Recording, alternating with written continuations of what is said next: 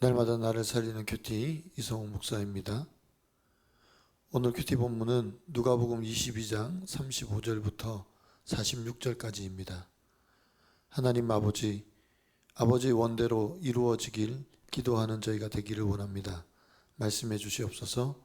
듣겠습니다. 아버지의 원대로 구하는 기도는 첫째로 주의 말씀을 분별하고 따라야 합니다. 35절과 36절입니다. 그들에게 이르시되 내가 너희를 전대와 배낭도 신발도 없이 보내었을 때에 부족한 것이 있더냐? 이르되 없나이다. 이르시되 이제는 전대에 있는 자는 가질 것이요 배낭도 그리하고 검 없는 자는 겉옷을 팔아 살지어다 라고 말씀하십니다. 왜 예수님께서 제자들에게 배낭과 전대를 가지라고 말씀하십니까? 심지어 검이 없는 자는 겉옷을 팔아서라도 검을 사라고 말씀하십니다. 왜 이런 말씀을 하신 걸까요? 누가복음 10장에서 예수님께서 제자들을 전도하러 보내시면서 전대나 두 벌 옷을 가지지 말고 지팡이도 가지지 말라고 하셨습니다. 그리고 제자들은 순종하게 갔는데 부족한 것이 하나도 없었습니다. 그런데 오늘은 예수님께서 전대도 가지고 배당도 가지고 가라고 말씀하십니다.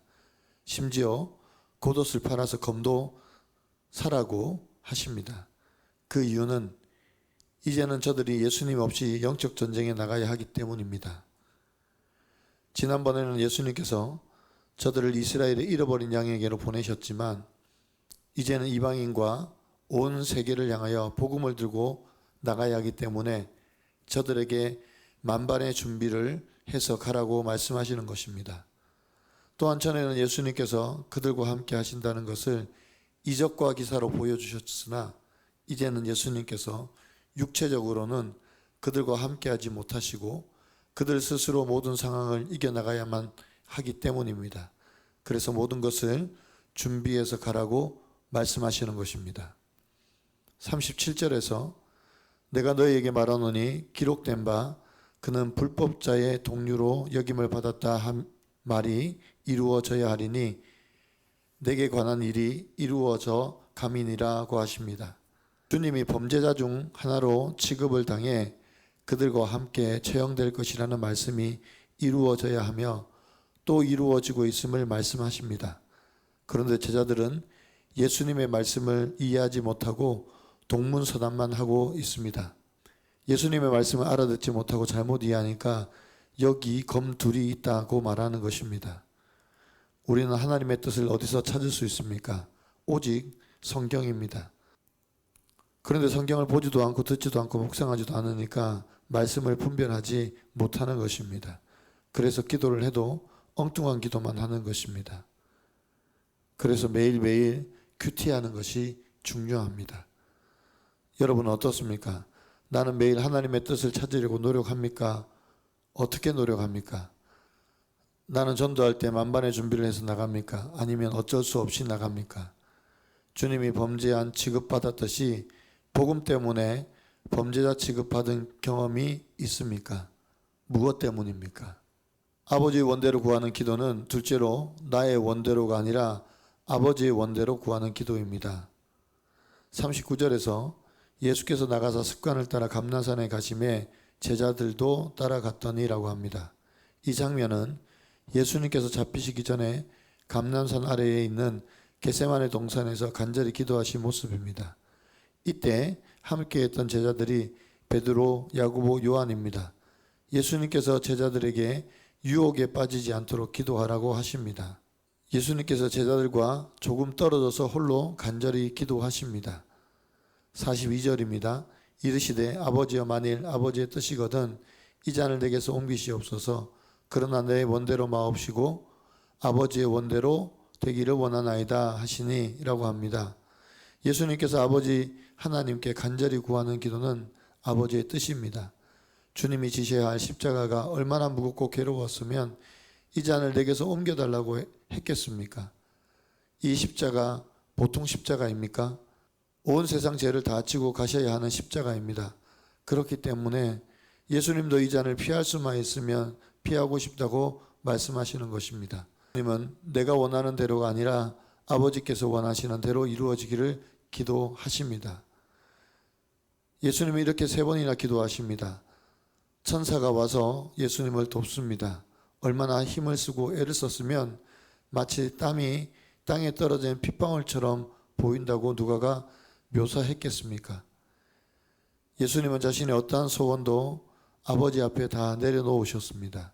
그리고 아버지께서 계획하신 그 십자가의 길을 묵묵히 가시기를 결정하셨습니다. 적용해 보세요. 나의 간절한 기도는 무엇입니까? 그 기도는 나의 원대로 정한 것입니까? 아버지의 원대로 구하는 기도입니까? 내 소원만 이루어 달라고 떼쓰며 기도하지는 않습니까? 내 마음의 소원과 욕심을 내려놓고 아버지의 뜻을 구하는 기도를 하시겠습니까? 제가 핸드폰에 중독된 삶을 살고 있다는 것을 생각지도 못했는데 딸의 소그룹 나눔으로 인해 내가 습관적으로 핸드폰을 손에 쥐고 중독자인 것처럼 했던 모습을 깨닫고 내 죄를 보고 이제는 시험에 들지 않게 핸드폰을 내려놓고 기도하겠다는 한 성도님의 큐티인 묵상 간증입니다. 저는 어려서부터 부모님을 따라 교회에 다녔고 초등학교 4학년 때부터 교회 반주자로 봉사했습니다. 그러다 시간이 흘러 청년부에서 만난 남편과 결혼해 자녀를 낳았습니다. 이렇게 꾸준히 신앙생활을 하니 나는 죄인이 아니고 나에겐 아무 문제가 없다고 생각했는데 날마다 구속사적인 말씀을 묵상하면서 타인을 판단하고 정죄하는 교만과 나만 옳다고 여기는 위선을 보고 회개하게 되었습니다. 그러던 어느 주일 장년부 예배가 끝나고 딸의 중등부 예배가 끝나길 기다리고 있을 때입니다. 한 친구가 딸에게 야, 너희 엄마다. 근데 정상 같아. 라고 말하는 소리를 듣게 되었습니다. 깜짝 놀란 저는 딸에게 무슨 말인지 물었고 딸은 교회 소그룹 모임에서 제가 핸드폰 중독자라고 나누었다고 했습니다. 저는 평생 핸드폰으로 게임이나 주식, 도박을 한 적도 없는데 웬 중독자? 라며 웃고 넘겼지만 생각할수록 왠지 불법자의 동료로 역임을 받은 것 같아 억울하고 기가 막혔습니다. 하지만 돌이켜보면 저는 핸드폰에 중독된 삶을 살고 있었습니다. 아침에 눈 뜨자마자 핸드폰으로 시간을 보고 하루 일정과 날씨를 확인하고 장보기와 은행 업무, 처리도 모두 핸드폰으로 했습니다. 또 시간이 날 때마다 틈틈이 교회 지체들과 SNS로 메시지를 주고받았습니다. 그러다 여유가 있을 때는 SNS 동영상을 보다가 잠이 안 와 수면제를 먹기도 했습니다. 습관을 따라 산에 가서 기도하신 예수님과 달리 저는 습관처럼 핸드폰을 손에 쥐고 있었던 것입니다. 딸의 나눔이 아니었다면 저의 이런 중독을 몰랐을 것입니다.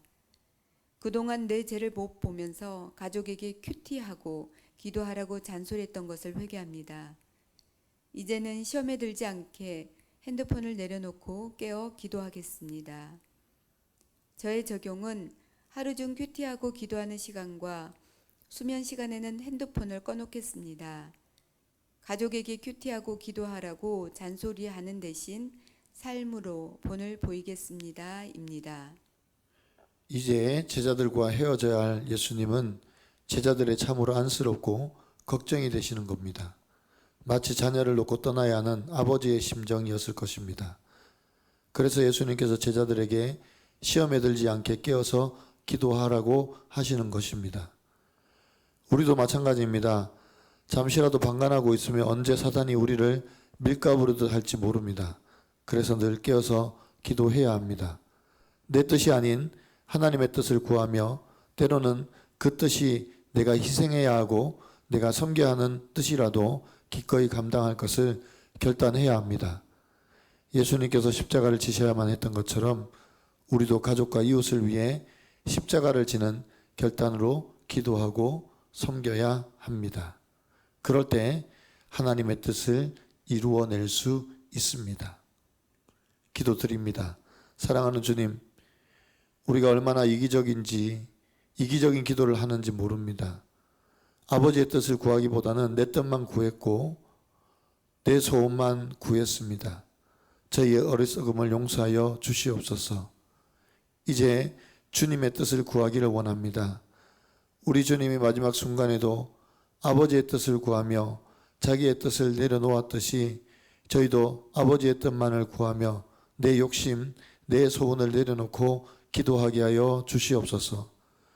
주님의 땀방울이 핏방울처럼 간절히 기도하심을 보고 저희도 영혼을 향한 간절함으로 주님 앞에 서기를 원합니다. 그래서 내 가족과 이웃을 죄악에서 건져내는 저희들이 되게 하여 주시옵소서. 예수 그리스도의 이름으로 간절히 기도하옵나이다. 아멘.